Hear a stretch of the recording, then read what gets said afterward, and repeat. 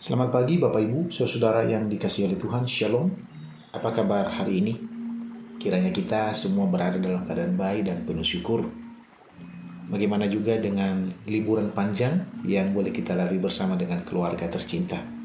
Tentu ada banyak sukacita yang kita rasakan dalam tawa, kehangatan yang menguatkan hati. Ibu Bapak yang dikasihi oleh Tuhan, sebelum kita memulai kegiatan kita hari ini, mari kita menyediakan waktu sejenak untuk mendengar firman Tuhan. Kita awali dengan doa. Ya Tuhan, terima kasih. Pagi ini kami bersyukur kami boleh menikmati bangun pagi dengan sukacita. Masih dalam suasana libur panjang, kami boleh menikmatinya bersama dengan keluarga tercinta. Mungkin ada sebagian kami yang sudah memulai beraktivitas. Namun sebelumnya Tuhan, kami rindu membaca merenungkan firman-Mu. Tuhan tolong kami, berikan kami pengertian pemahaman, agar kami mampu melakukannya dalam hidup kami sehari-hari. Terpujilah Tuhan, dalam nama Yesus kami berdoa. Amin. 2 Raja-Raja pasal 4 ayat 1-7. Saya akan membaca ayat 2 bagi kita. Jawab Elisa kepadanya, apakah yang dapat kubuat bagimu? Beritahukanlah kepadaku apa saja yang kau miliki di rumah. Kata perempuan itu, hambamu ini tidak punya apa-apa di rumah, kecuali sebuah buli-buli berisi minyak. Tema renungan pagi ini adalah mulai dari apa yang ada. Saudara-saudara, pernahkah kita merasa tidak cukup kuat untuk mengangkat sesuatu, tidak cukup mampu untuk berbuat sesuatu, tidak cukup punya apa-apa untuk menghadapi berbagai masalah di dunia ini? Kita melihat keadaan lalu berkata dalam hati kita, Tuhan, aku tidak punya apa-apa untuk memulai. Nah, situasi seperti itulah yang dialami oleh seorang janda yang ditulis dalam 2 Raja-Raja pasal 4 ini. Ia berada dalam kondisi yang sangat terdesak, sangat memprihatinkan. Alkitab mencatat bahwa janda ini suaminya telah meninggal. Ia terlilit hutang yang begitu banyak. Bahkan anak-anaknya terancam diambil oleh orang-orang untuk dijadikan sebagai budak. Dalam keputusasaan seperti itu, ia datang kepada Nabi Elisa dan memohon pertolongan. Namun, saudara-saudara, apa yang menjadi respon dari Elisa? Elisa malah memberikan pertanyaan, apakah yang ada padamu di rumah?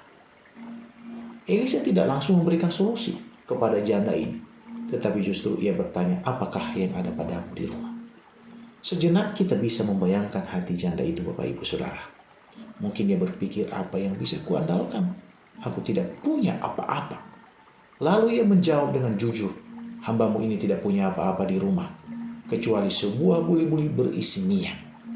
Hanya sedikit minyak. Tentu bagi manusia itu hampir tidak berarti, Bapak Ibu Saudara. Tapi bagi Tuhan itu cukup untuk memulai mukjizat itu terjadi.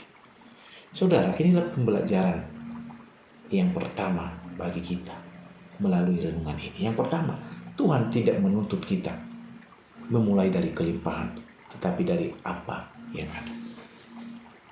Seringkali kita menunda ketaatan karena merasa belum siap, belum cukup. Bahkan kita berpikir belum pada waktunya. Kita berpikir harus punya banyak dulu, kita harus lebih pintar dulu, lebih kaya dulu, lebih kuat dulu, lebih berpengalaman dulu, baru memulai sesuatu. Padahal Tuhan berkata, mulailah dengan apa yang ada padamu sekarang. Karena di tangan Tuhan, yang sedikit bisa menjadi yang luar biasa. Yang biasa-biasa bisa dipakai Tuhan secara luar biasa. Hal yang kedua, apa yang kecil di tangan kita menjadi besar di tangan Tuhan. Minyak yang sedikit itu ketika diserahkan kepada Tuhan melalui Elisa, dalam ketaatannya, itu bisa berubah menjadi aliran-aliran berkat yang tidak habis-habisnya. Wadah demi wadah diisi sampai tidak ada lagi tempat untuk menampungnya. Alkitab mencatat hutang dari janda ini menjadi lunas. Hidup keluarganya dipulihkan. Bahkan masa depan anak-anaknya diberikan masa depan yang gemilang dan penuh harapan. Mari Bapak Ibu kita memperhatikan Bahwa mukjizat tidak dimulai dari minyak yang banyak, tetapi dari iman yang taat. Janda itu harus melangkah dulu, meminjam bejana sebanyak-banyaknya, dan mengambil tindakan, yaitu menuang minyak-minyak. Percaya tanpa melihat hasilnya terlebih dahulu. Lalu pelajaran yang ketiga bagi kita adalah bagaimana mukjizat itu terjadi ketika kita bertindak dalam iman, bukan hanya berpikir dalam kekurangan kita. Hari ini mungkin kita seperti janda itu. Kita merasa hanya punya sedikit minyak. Minyak dalam arti apapun yang kita miliki yang menurut kita belum cukup. Bapak, Ibu, Saudara, Tuhan berkata kepada kita hari ini, mulailah dari apa yang ada. Jangan berpikir tentang kelemahan kita, tentang kekurangan kita, tapi melangkah lebih dulu. Maka langkah yang sudah kita mulai itu Tuhan sertai dan Tuhan jadikan berhasil. Mulailah dengan doa yang sederhana. Mulailah dengan langkah kecil untuk melakukan hal-hal yang luar biasa ke depan. Mulailah dengan ketaatan yang mungkin terasa sepele, tidak begitu berarti, tetapi bagi Tuhan itu sangat berarti. Karena ketika kita menyerahkan yang sedikit itu kepada Tuhan, Dia akan mengubahnya menjadi sesuatu yang tidak pernah kita bayangkan. Saudara-saudara yang dikasihi Tuhan, jangan meremehkan apa yang ada dalam hidupmu hari ini.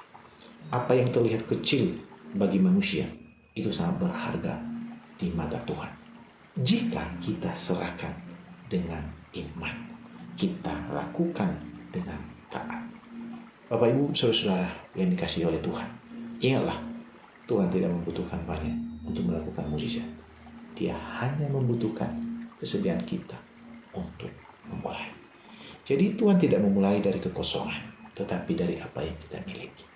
Dan kita melihat ketika kita setia dengan hal-hal yang kecil, dengan hal-hal yang sedikit itu, Tuhan akan mempercayakan kepada kita hal-hal yang lebih besar. Mari kita belajar.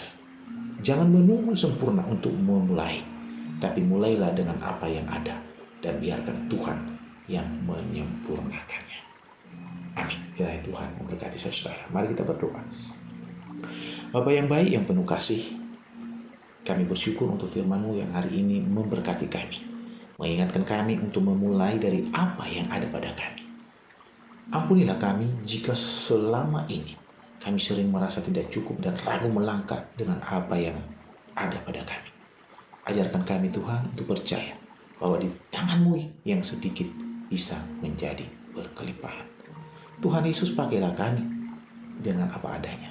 Talenta kami, waktu kami, bahkan dalam kelemahan-kelemahan kami pun, kami percaya Tuhan mampu memakai kami dengan luar biasa. Bapa yang baik, dalam nama Yesus Tuhan, pada saat ini kami berdoa untuk seluruh jemaat dalam setiap pergumulan yang mereka alami, yang mereka miliki, baik yang sakit, yang mencari pekerjaan, yang membutuhkan pasangan hidup, bahkan mereka yang merindukan hubungan yang lebih baik dalam kehidupan keluarga. Tuhan tolong, Tuhan berkati. Kami percaya hidup kami dipulihkan ketika kami memulai dari apa yang ada pada kami di dalam nama Tuhan Yesus Kristus. Terima kasih Bapa, kepadamu kami bersyukur dan berdoa. Amin.